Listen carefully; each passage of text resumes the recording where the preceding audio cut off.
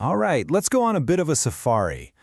But, not the kind you're thinking of. We're diving into a hidden, microscopic world that's, well, it's all around us.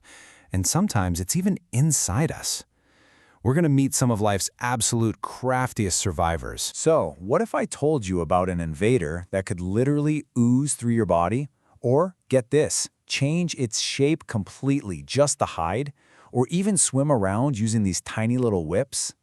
I know, it sounds like something straight out of a sci-fi movie, right? But it's real. This is the playbook for some of the planet's most successful and, yeah, pretty devious creatures. Yeah, we're talking about protozoa. These are single-celled organisms, but don't let that fool you. They are absolute masters of survival. So today, we're going to open up the case files on a few of them. Think of it as a rogues gallery of our most common and definitely uninvited microscopic guests. Okay, let's meet our first suspect. Okay, so first up in our lineup, we've got the crawlers. These are the amoebas, and they're famous for this really unique way they get around.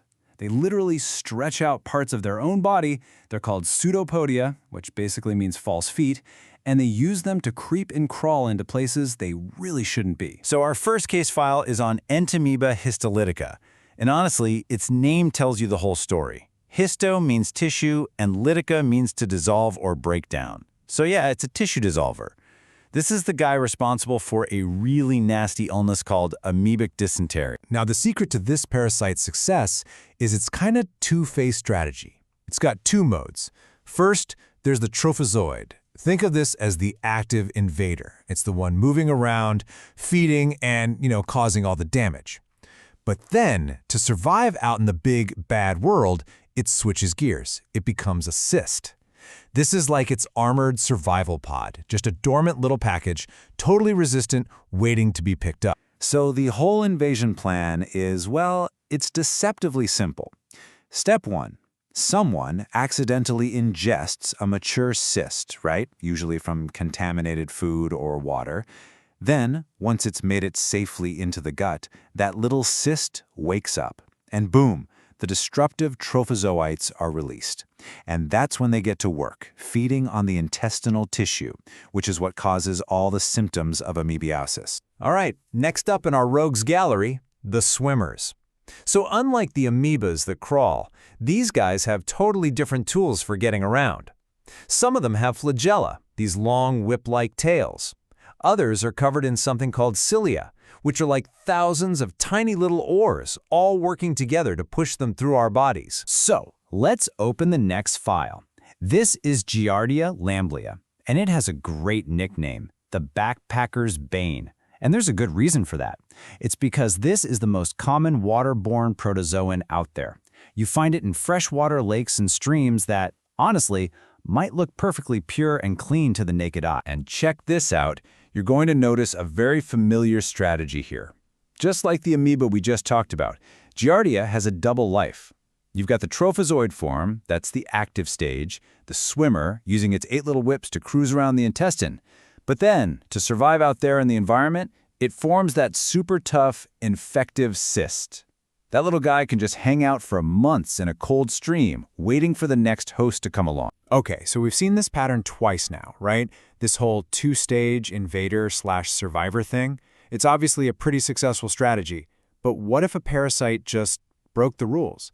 What if one of them decided, you know what, I don't need that tough survivor stage? What if it just ditched the cyst form completely? And this is where evolution gets really, really cool. Meet Trichomonas vaginalis. Now look at this. Giardia gets passed around when you swallow a cyst, but Trichomonas, it's transmitted directly from person to person. See the difference? It never has to survive out in the environment, so it broke the rules. It just abandoned the cyst stage altogether. It only exists as that active trophozoite, a permanent invader that just hops from one host straight to the next. A totally different environment, a totally different game plan. It's brilliant, in a way. And just to round out our swimmers, there's this one, Balandidium coli, and it shows us yet another way to move. This one's covered in hundreds of these tiny hair-like things called cilia. They all beat together. It looks like a tiny microscopic Roman galley ship rowing in perfect sync. It's pretty amazing. But here's the thing. Despite its unique look, it still uses that same classic playbook we've been seeing.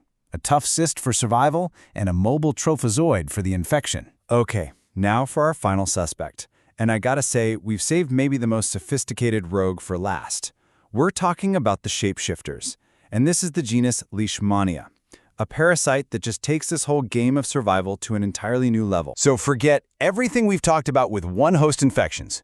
Leishmania pulls off what you could call a two-host heist. It's incredible. Part of its life cycle happens inside a tiny insect, a sandfly, and the other part, that happens inside a vertebrate, like us.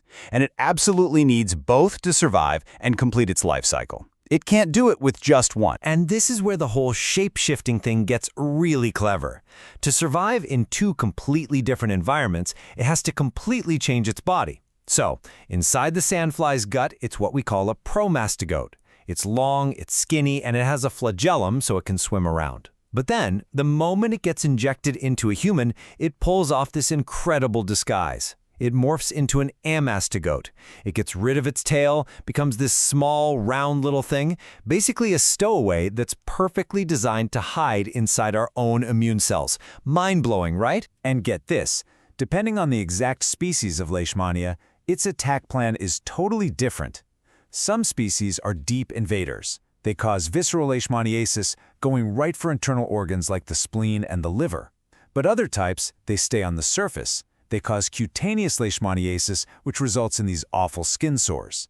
So this one group of parasites has evolved to be this incredibly versatile and honestly devastating invader. Okay, so we've met the crawlers, the swimmers, and the shapeshifters. They're all hiding in plain sight.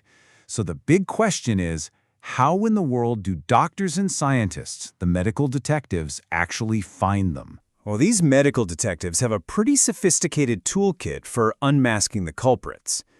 The classic method, of course, is the microscope. You can get a direct visual ID of the cyst or the trophozoid. But for a more modern approach, you can use something like PCR.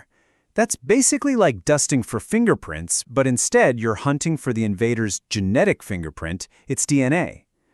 And then there are other tests, like in ELISA, which are really clever because they don't look for the parasite itself.